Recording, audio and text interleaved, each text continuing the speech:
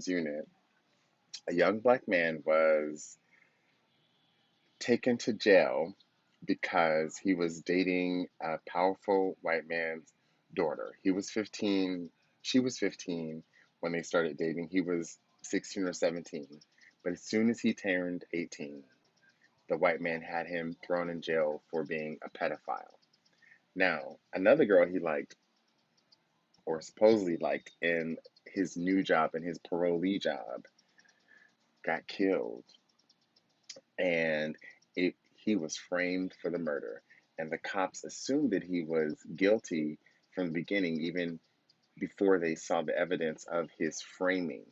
And so vigilante white supremacists murdered him by smoking out a short term motel that he was staying in that was full of convicted pedophiles because, as you know, they're put on a list and they have to live at certain distances from places in, where kids might congregate. And so oftentimes they congregate in places like this motel. So this white supremacist group smoked them out. And of course, in the background of this, socially, you're seeing that everyone just kind of approves of the way that these people are treated as presumed guilty for the rest of their lives. And so it comes out that a um, the powerful white man had convicted the guy, and they only found this out because they followed the evidence, which they wouldn't have followed had they not been true to their police personship and investigated the evidence, as opposed to following the hunches of all the people involved who just said that they're pedophiles, he's a young black man, and he should therefore be killed. And of course, it came out that the powerful white man depended on people making that implicit assumption to get him locked up. This is important because there are so many narratives within these kind of shows that show Black Lives Matter. This is one of many episodes in this show that radically from when it started 20 years ago, and this is the longest running American TV drama ever, Law and Order Special Victims Unit, and they only take care of sex crimes in New York. Well, you're seeing Black Lives Matter filter into so many of their shows. It didn't start when they had a black detective played by former rapper Ice Cube, but it started really in the past few years, and really dramatically since 2020.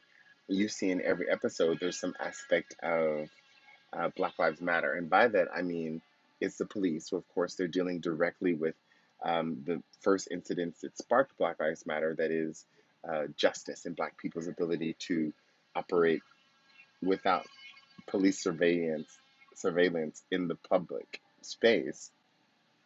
So this is in their territory. It's not like radical that they're dealing with this, but what is radical is that, of course, before you've had so many guest stars on the show who would play a perpetrator in a show or just someone who is being investigated, and that would be the sort of typical Black criminality. What you're seeing now is that Black characters are the center of their crime stories, and you have the implicit racism. They also have a Muslim American woman who is on the force now, and a Muslim American man who's part of another crime unit the murder unit that they often work with. And so you see this integration of black and brown people and issues facing them everywhere. It could be as simple as, okay, so a family that happens to be Muslim was involved in a crime, and you get to see the cultural sensitivity that they bring to investigating it, all the way to people who are, like in this instance, dead, lynched, because this young black man was lynched, mutilated, Emmett Till style, in this episode by this white supremacist group.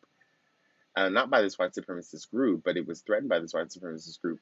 But it was done by the powerful white man in collusion with the parole officer who got some black and brown people to do that and frame this as this kind of crime. So what's interesting and unique about this is that they play with all these ideas. That's what criminals do. That's why sociopaths are so effective and charming, is because they know people's implicit biases. They know how to play to them, which means that they know how to even frame people for crimes, except, of course, this is a drama and they don't get off. Black Lives Matter.